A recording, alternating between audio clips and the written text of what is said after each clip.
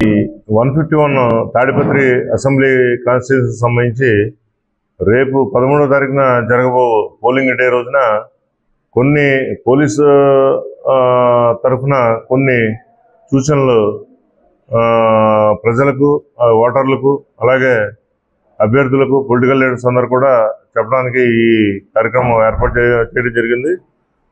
ప్రతి వ్యక్తి ఎవరైతే ఓటు వేయడానికి వచ్చారో వాళ్ళు 200 మీటర్ల వరకు వాళ్ళ వెహికల్లో రావచ్చు, 200 మీటర్లు దాటి రాకూడదు. అలాగే వృద్ధులు కానీ ఎవరైనా ఓల్డ్ పీపుల్ కానీ ఎవరైనా ఉంటే వాళ్ళు పోలింగ్ స్టేషన్ వరకు కూడా వాళ్ళ సొంత వాహనంలో నడవలేని పరిస్థితుల్లో ఉంటే వాళ్ళు రావచ్చు. అలాగే 100 మీటర్స్ లోపు ఎటువంటి క్యాన్వాసింగ్ కానీ ఏ విధమైన పోస్టర్స్ కానీ ఈ బ్యానర్స్ కానీ ఏమి ఉండటానికి వీల్లేదు.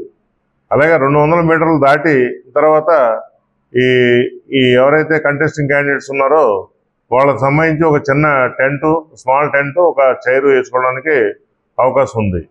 అలాగే గన్మ్యాన్స్ ఎవరు కూడా 100 మీటర్స్ దాటి పోలింగ్ బూత్లోకి రాకూడదు. 100 మీటర్స్ వరకు మాత్రమే.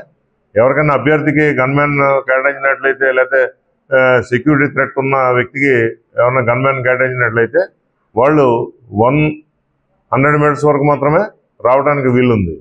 పోలీసు విధుల్లో ఉన్నవాళ్ళు మాత్రం పోలింగ్ బూత్ వరకు వెపన్స్తో వెళ్ళొచ్చు. అలాగే పోలింగ్ అధికారులు ఎవరైనా తప్పనిసరిగా అందరూ కూడా వాళ్ళు గుర్తింపు కార్డు వాళ్ళు ధరించి ఉండాలి. ఏ విధమైన క్యాన్వాసింగ్ కానీ తర్వాత స్లిప్పులు కానీ పంచడం కానీ ఉండటానికి వీల్లేదు. పోలింగ్ స్టేషన్ దగ్గర పనిచేసే అధికారులు ఎవరు పోలింగ్ ఆఫీసరు అనుమతి లేనిదే పోలింగ్ స్టేషన్లోకి వెళ్ళకూడదు. అలాగే పార్టీ అభ్యర్థి కానీ, లేకపోతే ఎన్నికల ఏజెంట్ కానీ, లేకపోతే పార్టీ కార్యకర్తలకి ఒక్కొక్కరికి కలెక్టర్ గారు, అదే డిఈఓ గారు ఇచ్చిన ఆథరైజ్డ్ వెహికల్లో మాత్రమే వాళ్ళు రావాలి. వాళ్ళు తప్పనిసరిగా ఆ విండ్ స్క్రీన్కి ఆ పర్మిషన్ లెటర్ అంటించుకోవాలి. తర్వాత ఈ పార్టీ ఏజెంట్స్ అయితే ఎవరైతే పార్టీ కార్యకర్తలు ఉన్నారో వాళ్ళు ఇంక్లూడింగ్ 5 persons లోపు మాత్రమే తిరగాలి. ఈ పార్టీ అభ్యర్థితో కానీ లేకపోతే ఏజెంట్తో కానీ వాళ్ళు ట్రావెల్ చేయాలి.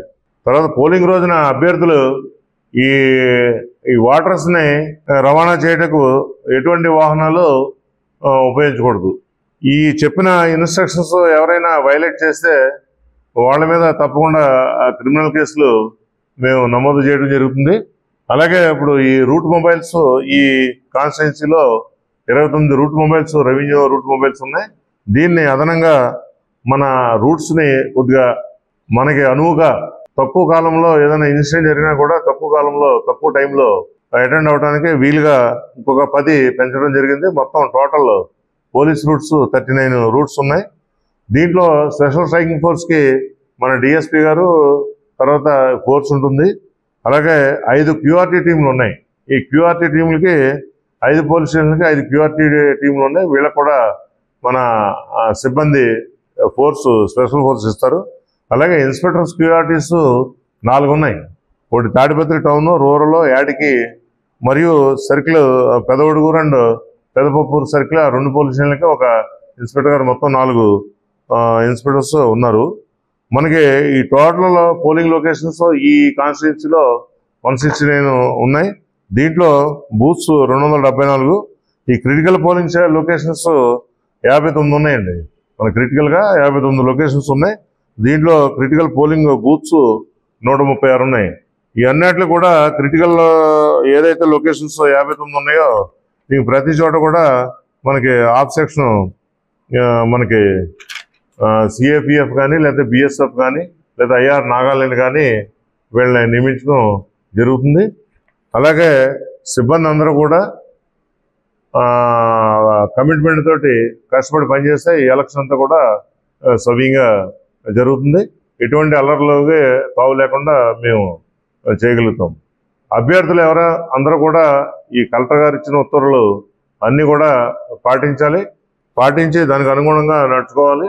ఏ విధమైన ఇబ్బందులకి గురి చేసినా వాళ్ళ మీద కఠినమైన చర్యలు తీసుకుంటాం పోలీసు వారి తరఫున.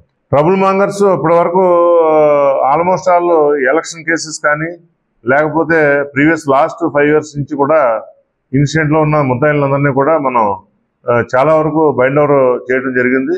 ఈ కాన్స్టిట్యున్సీలో ఉండే వాళ్ళందరినీ కూడా మనం 110E కింద బైండ్ ఓవర్ చేయడం జరిగిందండి. వాళ్ళ దగ్గర 1 lakh రూపీస్కి బాండ్ కూడా తీసుకోవడం జరిగింది.